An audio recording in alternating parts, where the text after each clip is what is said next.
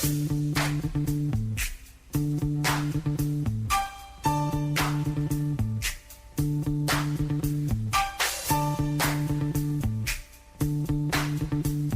to T&Z Talk with radio veteran Tony Trupiano and Huffington Post blogger and writer at Liberals Unite, Richard Zombeck, where they do lean left, but always talk straight.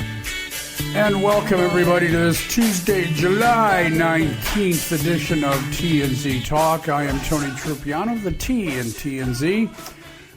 Joining me now is Richard Zombeck, the Z in T&Z. And I got to tell you, Z, since we last recorded a show, so much has happened, and we're going to be able to fill this hour quite easily. I think you're right. Good afternoon, by the way. And good afternoon to you, sir.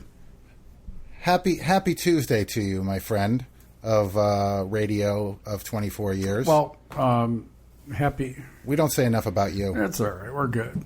You got a hell of a background, though. I have my days. I got to tell you, starting with the weekend and the absolute horror of 3 more police officers murdered, and then the absolute horror of the Republican National Convention. And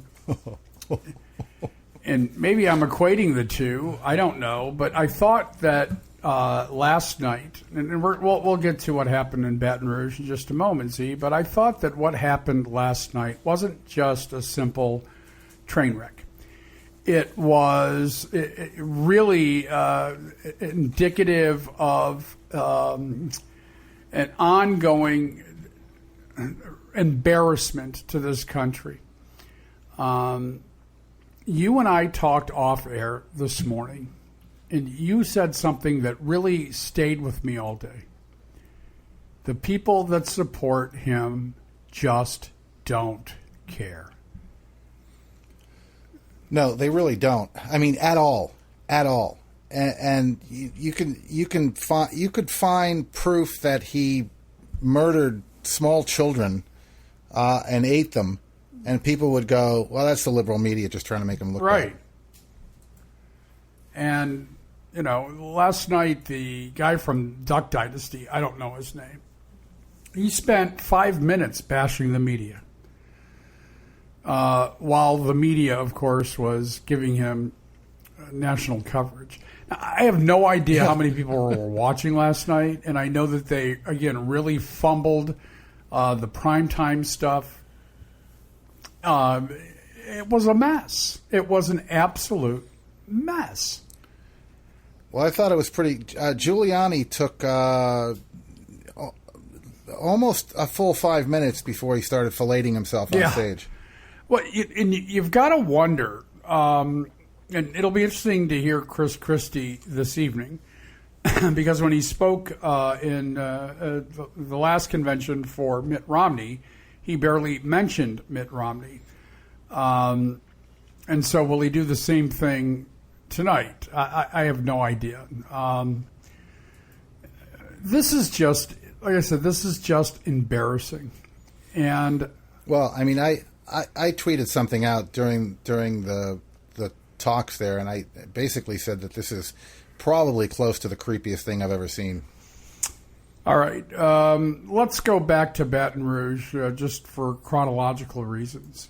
And Z, you've just got to wonder, and again, the guy, and I don't want to use his name, the guy that did this, they're calling it an ambush, calling it a lot of different things. But at the end of the day, it's murder.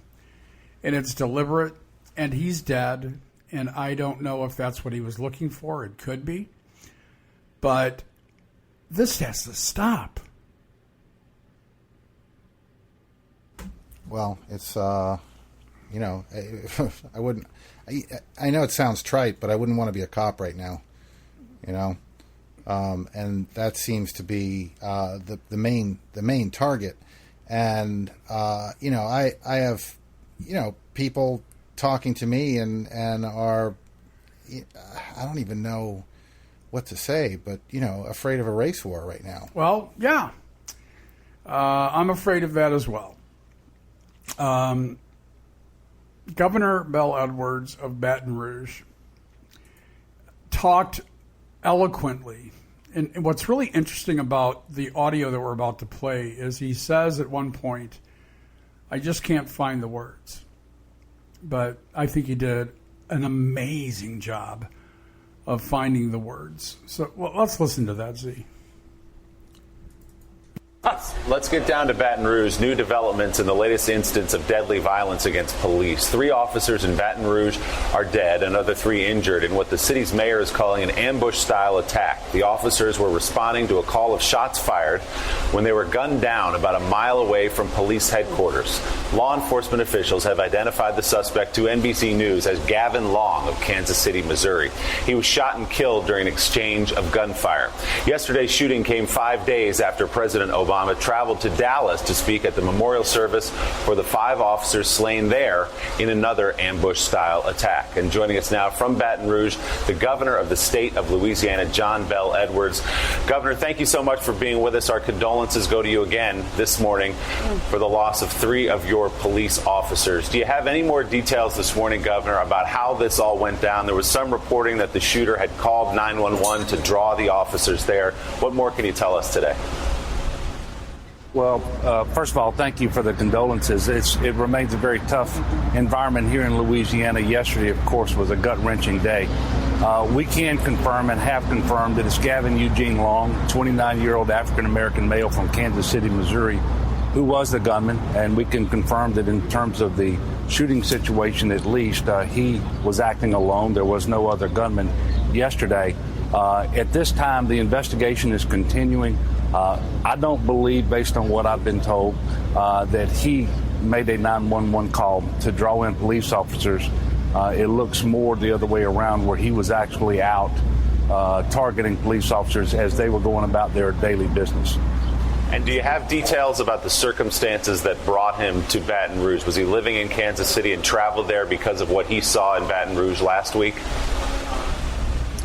Well, it's hard to know what his motivations were. The investigation is continuing. We are going to have a more complete press conference at 2 o'clock this afternoon Central Standard Time in order to update everyone as to what we know about the shooter, about the incident, about what we can glean were his motivations and that sort of thing. But Willie, this morning we really don't know. What we know is we've got a situation in Louisiana that is very tough. I spent a good part of the day yesterday with family members of officers who were killed, as well as family members of officers who were injured, one of whom is fighting for his life as we speak at a hospital here in Baton Rouge. So it's a very tough situation here, an attack on the very fabric of society. And I want everyone around the country to know this obviously is not who we are, what we're about in Louisiana, and the Baton Rouge community really is filled with just wonderful people. Well, for a guy that couldn't find the words, I thought he did a beautiful job. And very good job. And it's very sad. And, here's the even sadder part. We talk about race relations. We talk about healing. We, try to lead by example. You and I have had this discussion. Representative Steve King, who is a complete and utter asshole, goes on MSNBC and says the most insane thing I may have heard in modern times. It was beautiful, wasn't it? Yeah, beautiful. And it really, but it just reinforces, it's not a myth. It's not a meme. It is a reality. The GOP is racist.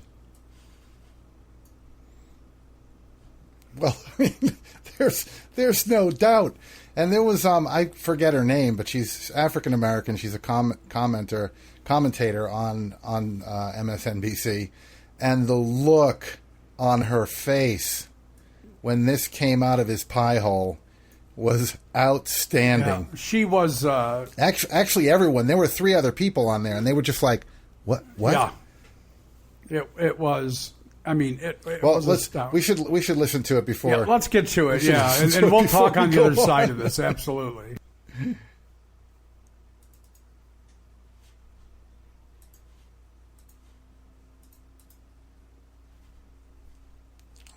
I'm having a little trouble getting it, Tony. All right. Well, when we can, we will. If you're really optimistic, you can say this is the last time that old white people will command the Republican Party's attention, its platform, its public face.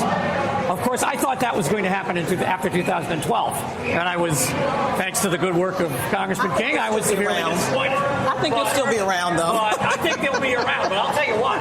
In that hall today, that hall is wired. That hall is wired by loud, unhappy, dissatisfied white people. Very white. Yes, very white crowd. Any sign of rebellion is going to get shouted down or shouted down either kindly or roughly. But that's what's going to happen. This whole white people business, though, does get a little tired, Charlie. I mean, I'd ask you to go back through history and figure out where are these contributions that have been made by these other categories of people that you're talking about. Where did any other subgroup of people contribute more to civilization? And white people? Than Western civilization itself, that's rooted in Western Europe, Eastern Europe, and the United States of America, and every place where the footprint of Christianity settled the world. That's all of Western civilization. So what about Asia? I don't want to sit here and argue in favor of We're not going to argue the history of Western civilization. Let me note for the argue the history of this country. Let me note for the record that if you're looking at the ledger of Western civilization, for every flourishing democracy, you have you got Hitler and Stalin as well. So there's a lot on both sides. Based on Christianity. Okay, Congressman Steve King, April Ryan. Atheism and agnosticism.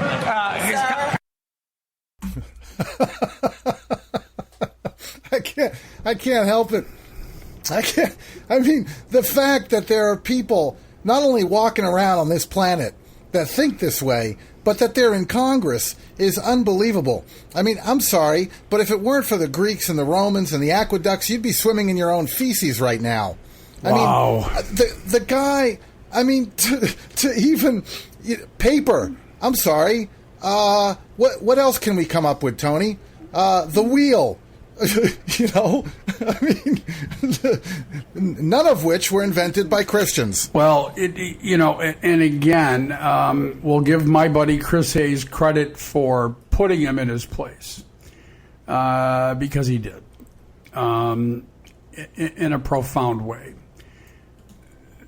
Rarely do you see that kind of ongoing chit-chat on MSNBC. There was a little chaos there.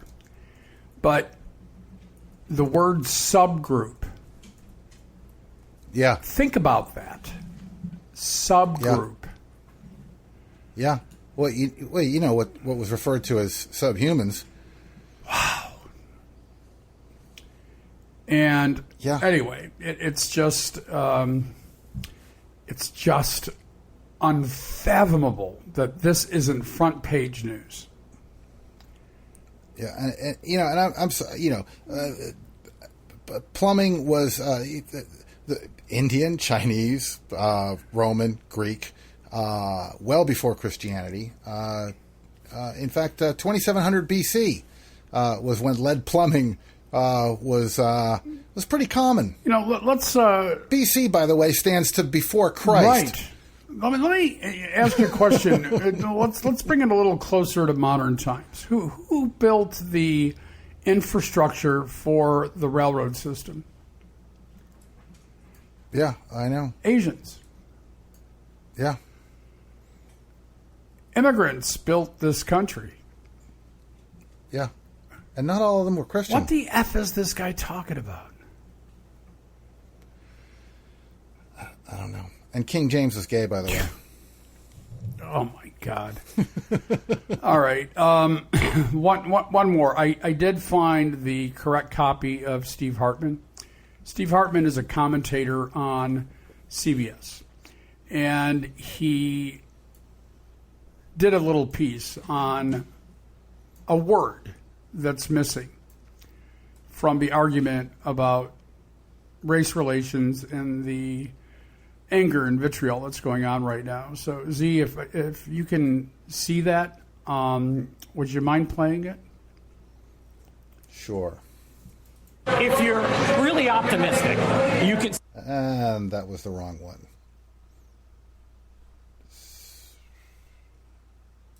Here we go. I found it. How about that? I am so cool. Again, Tony, I'm not getting... Sportsline picks... That's what I got. Okay, well, don't worry about it. Let's see. Oh, no here we one go. has an answer to the violence we've seen, but Steve Hartman has some thoughts about it. On a day like this, it's always hard to find words. That's why we turn to tears. That's why we bow our heads. That's why we stare blankly at our TV screens whenever they fill with the kind of horror we've seen across America this week. I told him not to reach for it. I told him to get his hand out. I may be a writer, but I've got nothing for you today. Not to make it better. But I do have one word that I think could help de-escalate this crisis. Don't shoot! Don't shoot! It's a word that has been noticeably absent from most of the protests. Black Lives Matter! You don't see it on signs or Facebook memes because it's not a word that incites people. The missing word is some, as in some police are bad, or conversely, some police shootings are justified. And it doesn't have to be some.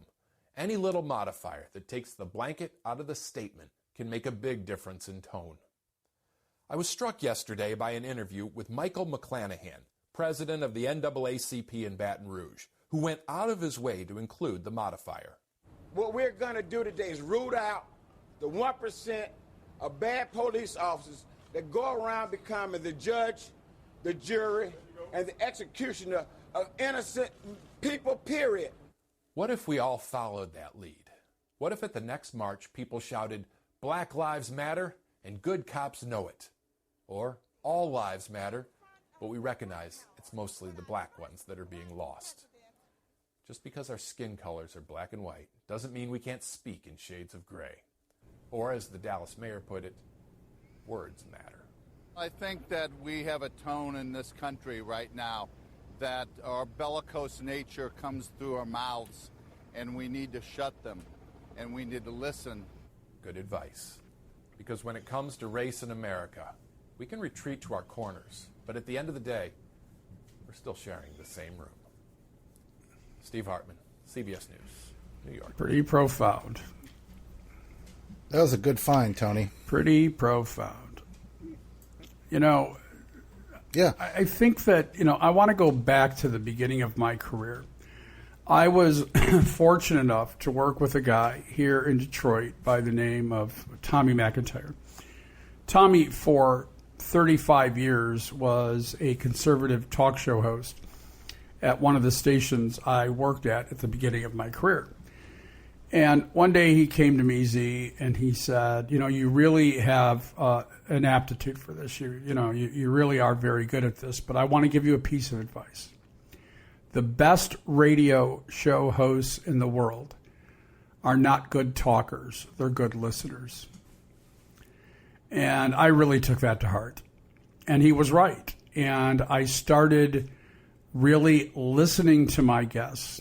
And I stopped writing questions in advance. And the more I listened to my guests, the better my questions were. Maybe we need to stop talking and start listening. Sound piece of I got a very similar piece of advice from my editor Stan Hoynowski when I was a reporter, and you would think it would be second nature for a reporter to listen, but you would be wrong in my case. Who, what, when, where, why, how. Yeah. Right in the AP style, blah, blah, blah, blah, blah, blah, blah. And, you try to hang on to that as a writer.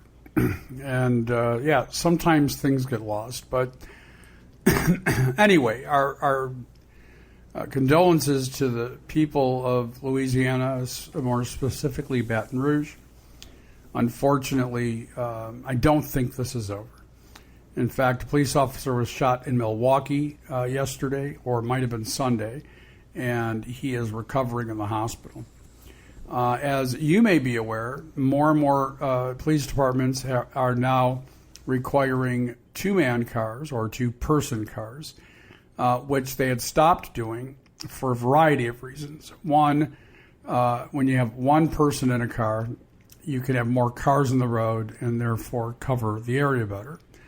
But the other part of it were budget cuts. And they had to stop hiring cops.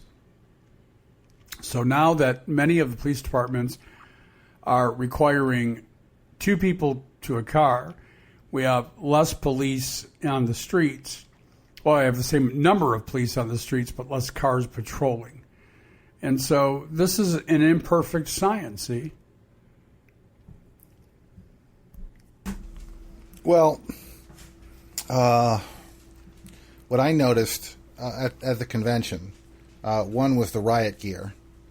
And I don't know if you noticed that, but they were fully geared up in riot gear, but they also all had cameras on. They also were all equipped with cameras. Imagine that. With little GoPros. You know, I've been to, I don't know, 4 or 5 conventions. And, of course, the security every time I go has gotten more intense. And when it was in Boston, and you'll remember that at the Fleet Center, getting through Secret Service on day one with your broadcasting equipment was a literal nightmare. You had to plug stuff in.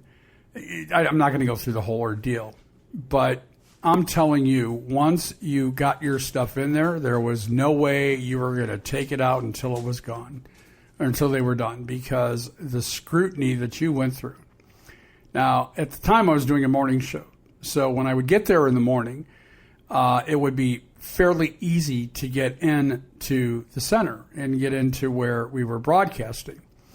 But we still had to go through, metal detectors. Sometimes they would patch it down. I mean, you never knew what was going to happen. But there were people in riot gear all over the place. And then in Charlotte, the security was even more intense. So I can't even imagine what it's like in Cleveland and what it'll be like in Philadelphia. Well, I think the one in Ohio has open carry. It's amazing that it's going to be amazing if no one gets shot. I'm trying to remember the name of the college that was supposed to host the first the presidential debate, and they pulled out today, and they've moved it to Hofstra University. And the reason that they pulled out is because they were afraid of potential violence. Think about that. That's kind of scary. One more piece on race relations, and then we'll get to the convention because there's plenty to talk about there. Newt Gingrich, who has become once again front and center as part of the GOP hate show. This guy keeps reinventing himself, see? Well, and he's got no book to sell this time. So it's kind of weird that he's even relevant. Well, I don't know that he's relevant, but he tries to make himself relevant, that's for sure. Anyway. Well, there's that. Let's listen to what this jackass had to say. When it comes to America and it comes to race, you've said some things that we've, not only does Mika criticize, she also applauds. You had a statement talking about how a normal white American could never understand what it's like being black in America. You see what's happening in Baton Rouge. You see what's happening across the country. How do we move forward, especially on the issue of race? Well, the risk of once again being divisive. I think as long as you have Barack Obama doing what he did over the last few years, you've had 7.5 years of a black president, 7.5 years of a black attorney general. Gallup reports race relations today are worse than any time in the last 17 years. Why? Because how often has he hit the police? He hit the police in Cambridge, and he was wrong.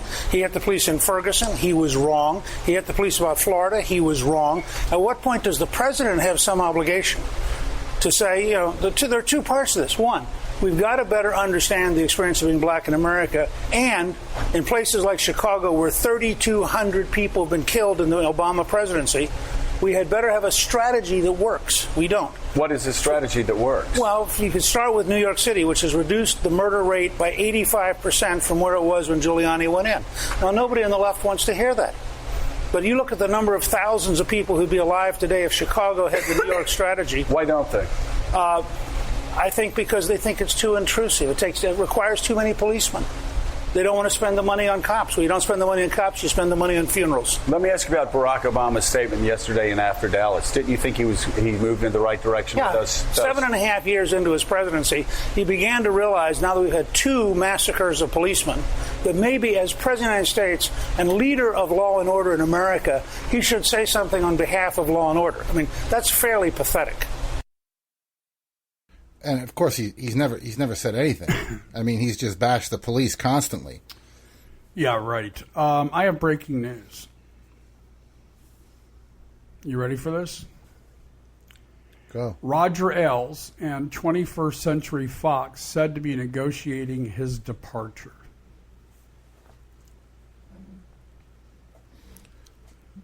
Well, that should be interesting. As a result of sexual harassment, perhaps? The development follows by less than 2 weeks a sexual harassment suit filed against Mr. Ailes by former anchor Gretchen Carlson. The suit prompted 21st Century Fox, Fox News' corporate parent, to conduct an internal review.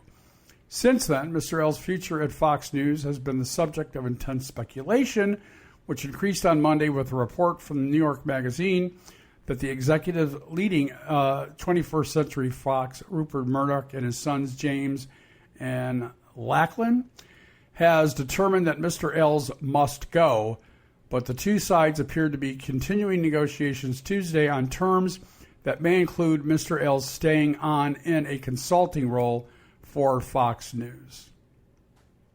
And it goes on from there, but we'll leave it there for now. Hopefully he won't be in charge of hiring in that consulting role. Yeah, I don't think he's going to be a consultant. But, boy. I just wanted to briefly share that, which, kind of is a nice bridge to our discussion now on the RNC convention. Let me ask and I don't know how much you watched, but pre-Melania Trump's speech. So let's go during the day yesterday and up until prime time. And by the way, the young lady that sang the national anthem did an amazing job. Yeah, she did a really good job. Cerebral palsy, and she's blind. And it was one of the most stirring renditions of the national anthem I have ever heard. Anyway, give me your impressions of the convention up to Melania Trump's speech. Let's see. Hate, more hate, then some hate, hate, a couple lies, and hate. Okay. There was a lot of that. And I thought it was disgusting that they used the mother of one of the young men that was slain in Benghazi. The way they used her was just inexcusable. It's so painful to watch.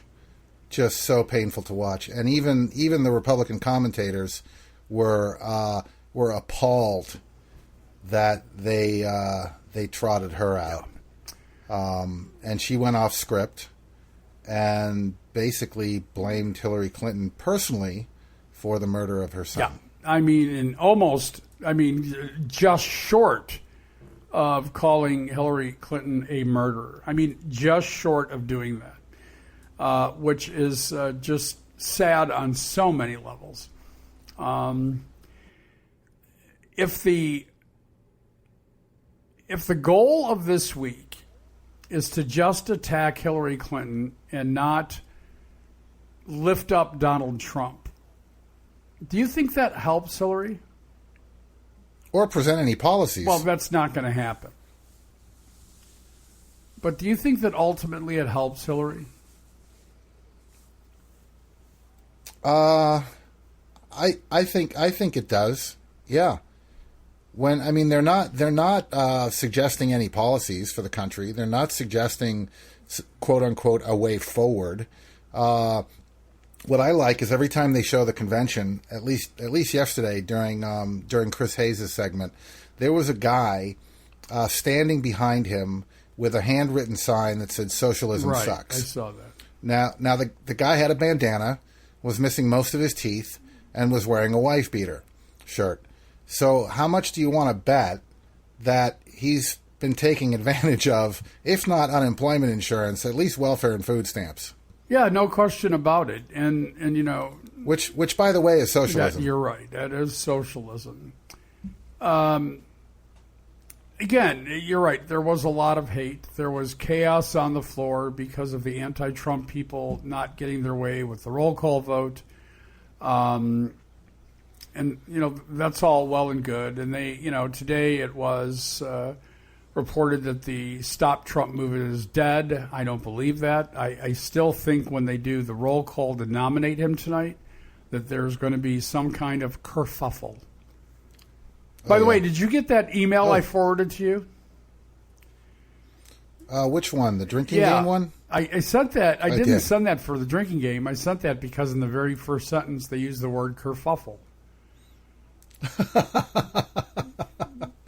So someone's listening. So they're listening to our show. I've had that organization on my show many times. My wife says that every once in a while because she'll listen to our show and then she'll be watching Chris Matthews or something, and they'll say almost the same things that you and I talk about in the same way, and she'll look at me. She goes, "Yep, Chris Matthews is listening to TNZ talking." There we go. Okay, so let's just kind of go in the short Wayback Machine for just a moment. Donald Trump and Mike Pence were on 60 Minutes, which was the most uncomfortable and really bad interview. And God bless Leslie Stahl, because the look on her face was, I mean, almost like, I can't believe that I'm doing this. I can't believe that I'm sitting here. And some of the questions in that interview were gimmies, and Trump fumbled the ball at every possible chance that she gave him. Yes, even when she was spoon feeding him. Yeah. He wouldn't take it. I mean, he kept, she would ask Pence a question and Trump would not let him answer. And we've got a little sample of that interview with Leslie Stahl on 60 Minutes. So let's, and I want people to pay attention to the topic, because this is an issue that has been at the center of Donald Trump's criticism of Hillary Clinton. So let's take a listen. Donald Trump has been going after Hillary Clinton for having voted for the Iraq War. Mike Pence also voted for and vocally supported the Iraq War. They were asked about that contradiction tonight on 60 Minutes. I want to play that clip for you, and then I'd love to hear if this reminds you of anything or if this is brand new. Here's the clip. I will be fascinated. When the World Trade Center comes tumbling down with thousands of people being killed, I have friends that are still we did go to war, if you remember. We went to Iraq. Yeah, you went to Iraq, but that was handled so badly. And that was a war, by the way. That was a war that we shouldn't have done, because Iraq did not knock down. Your running mate Iraq did not voted for it. I don't care. What do you mean you don't care that he voted? It's a long time ago. And he voted that way, and they were also misled. A lot of information was given to people, but I was against the war in Iraq from the beginning. Yeah, but you used that vote of Hillary's, that was the same as Governor Pence, many people as the example of her bad judgment. Many people have, and frankly, I'm one of the few that was right on Iraq. Yeah, but what about he did? He's entitled to make a mistake every once in a while. But she's not. Okay, come on. But she's not. She's not. No, she's not. Got it. He's entitled to make a mistake. She's not.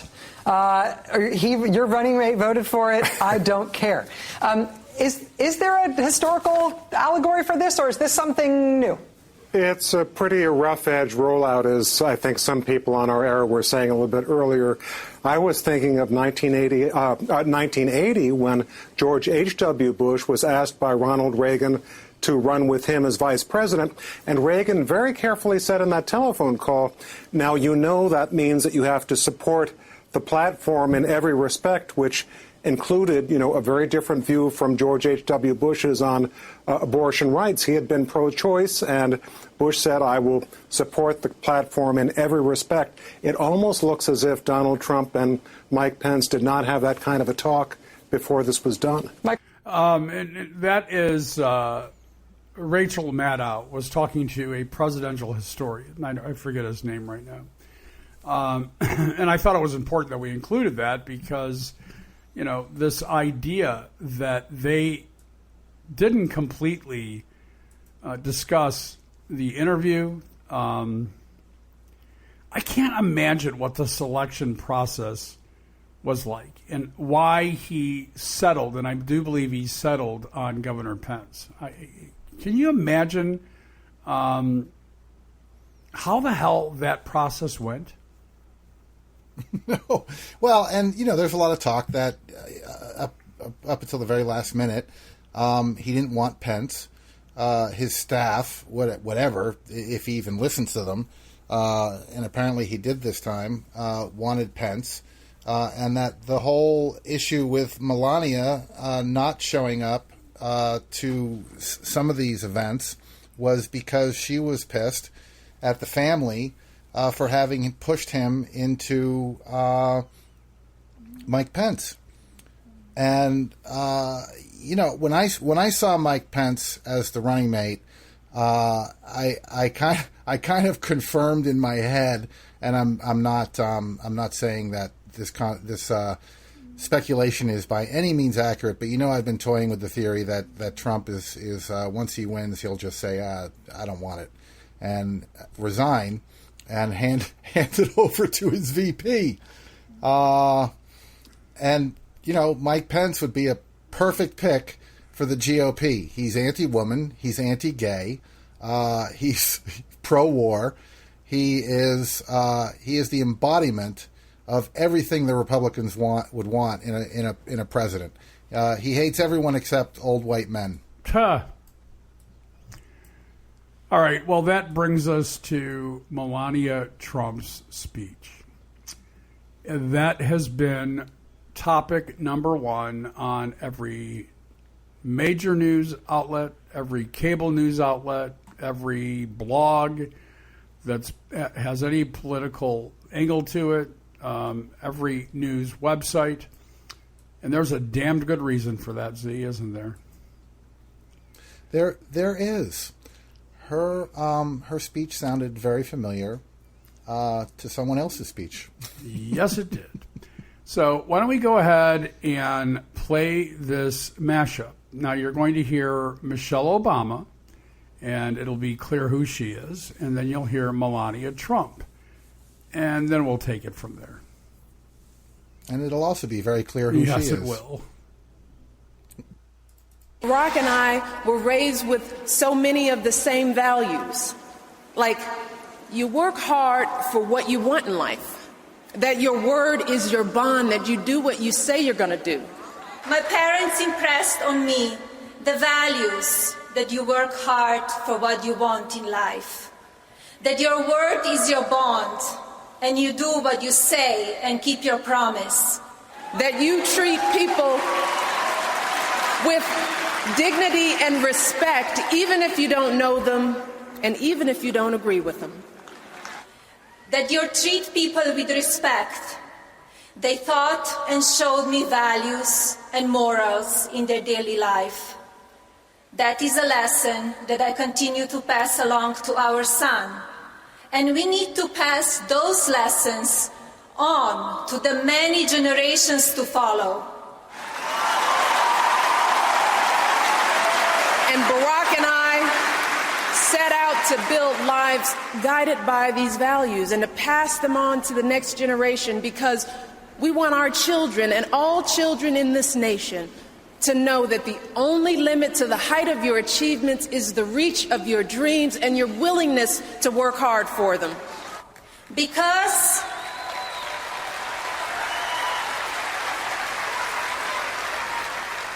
Because we want our children in this nation to know that the only limit to your achievements is the strength of your dreams and your willingness to work for them.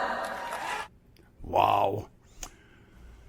Okay, so here we go. Let me just lay out a little bit of what happened throughout the day. They did it, Donald and Melania Trump did an interview with Matt Lauer aboard their plane, and she said she wrote the speech.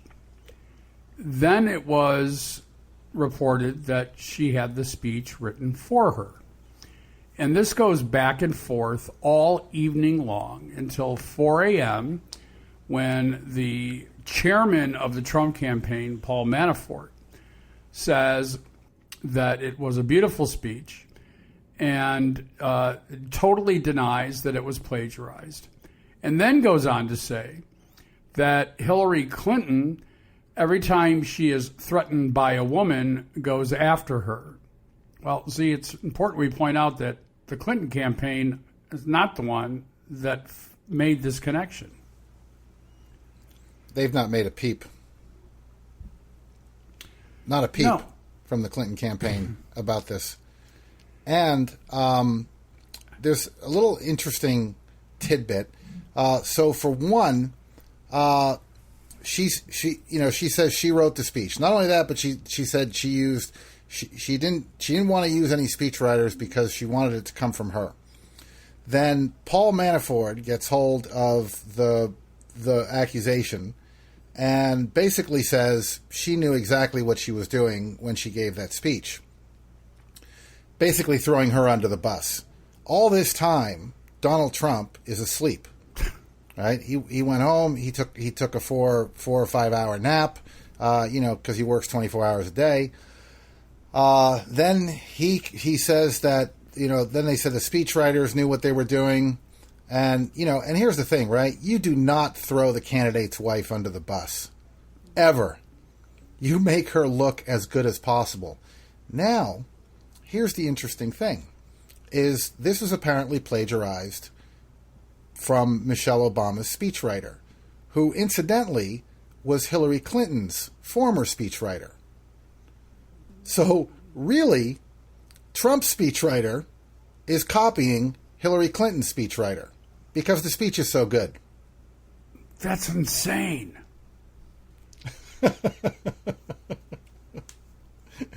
And so, you want to hear a wild rabbit hole bit of brain fart on my part? The smoking gun that she did not write this speech. Okay? So bear with me here. Melania Trump is from Slovenia. Okay? My mother's French. We all know that. She's from France. She's been here 50 years. She still has a moderate grasp of some words in the English language. Okay? She says things like photographer, Episcopal Church, it's hereditary. Okay. She puts the emphasis on the wrong syllable. At one point, when my brother and I were kids, the term bag was very popular, and I still love it for that reason. My mother was teaching French at a private girls' school, and because she had heard us use that term, she called her students that. She called all of her students in her French class a bunch of bags, and she was summarily taken to the principal's office and explained what she was talking about. The word douche in French, by the way, means shower. So, whatever. Melania Trump used the term, "my word is bond," which is an old hip-hop term, which Michelle Obama used in her speech to get to the youth vote. Okay? It's not a term that would be used. It's not a term that Donald Trump would use, "my word is bond." It's not a word that bankers would use. It's not a word that people that are in Donald Trump's circles would use. It was a very unnatural word for the wife the foreign-born wife of a member of the 1% to use a term like that in a speech addressing Republicans. And that, to me, is the smoking gun.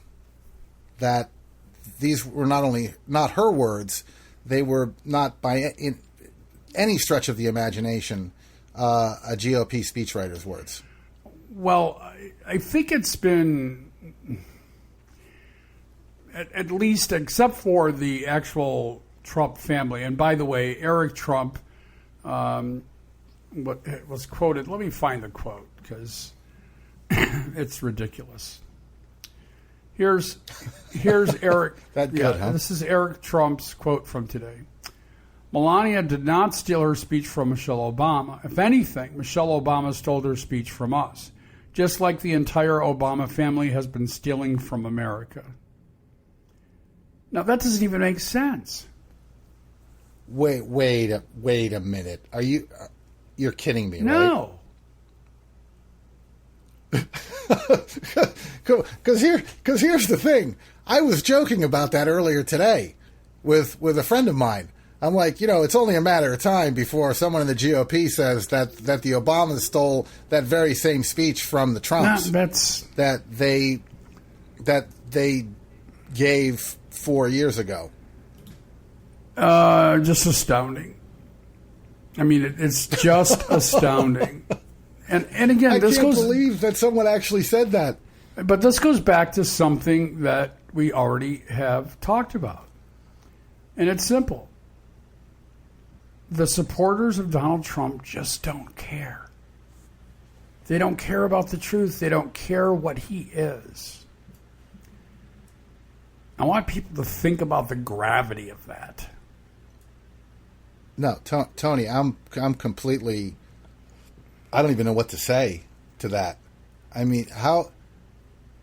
I was literally thinking about that today. I was thinking it's only a matter of time before someone says that the Obamas stole the speech from the Trumps, and then my next thought was like, no one could be that stupid. But they could. Well, and apparently they are. It's just again, it is surreal, and watching the pageantry, the mockery that this convention is making of the system. Donald Trump coming out to introduce his wife last night, backlit with fog, playing "We Are the Champions." Was just ridiculous. I mean, it was third-rate carnival stuff. I just don't get it. I just don't get it. But, Scott Baio was there. Yeah, that was great. That was great. He actually, on Twitter, called Hillary Clinton. Yes, he did. And that's always good for a few laughs and Twitter followers. First of all, Scott Baio? Charles in charge. Yeah, Joni and Chachi. And we could go on. But let's not. Yeah, let's not. Sweet God. Oh, I'm just astounded.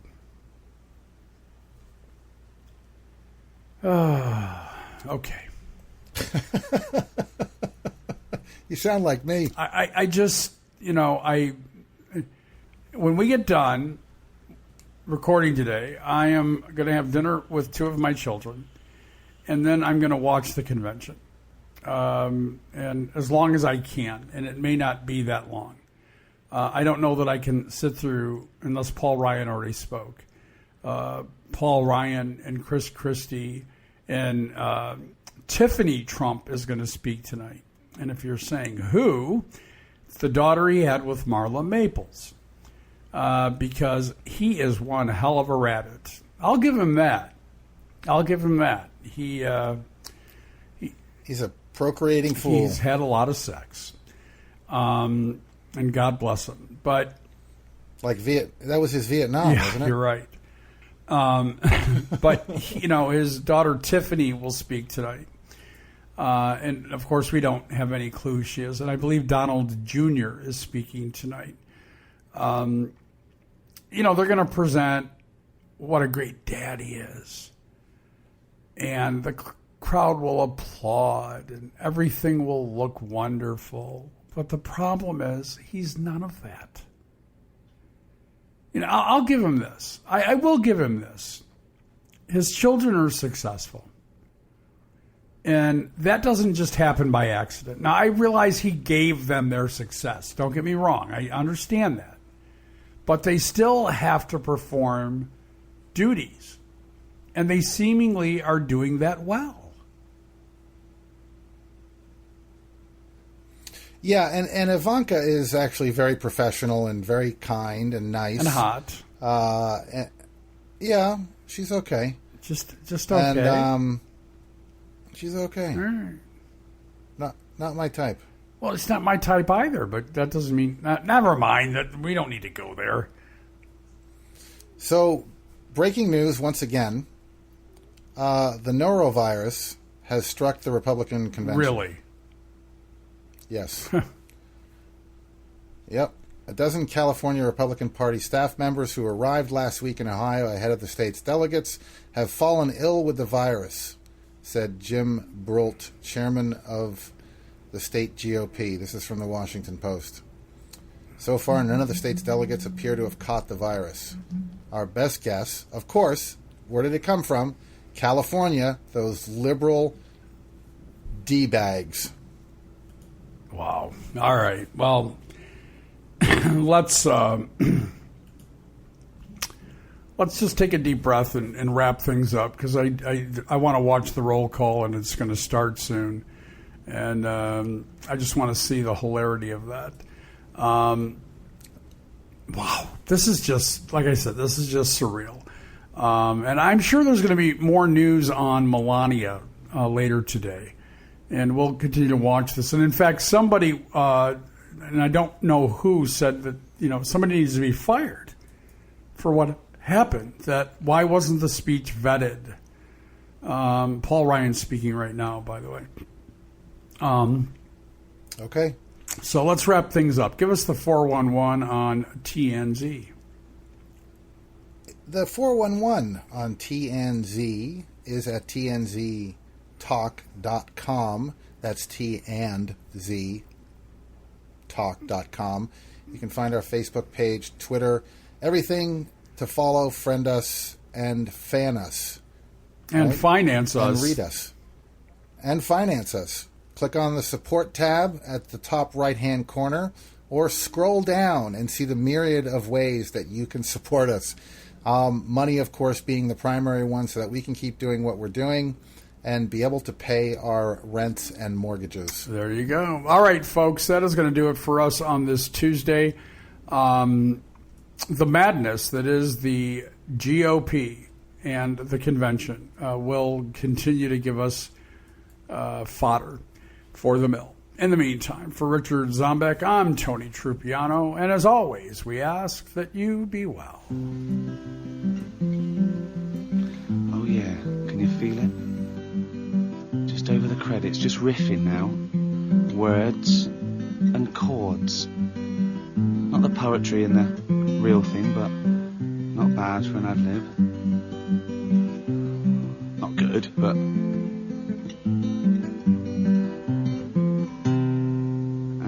It's not long enough, so just do a little bit more, and that's nearly done. That's the final credit there. That's the end.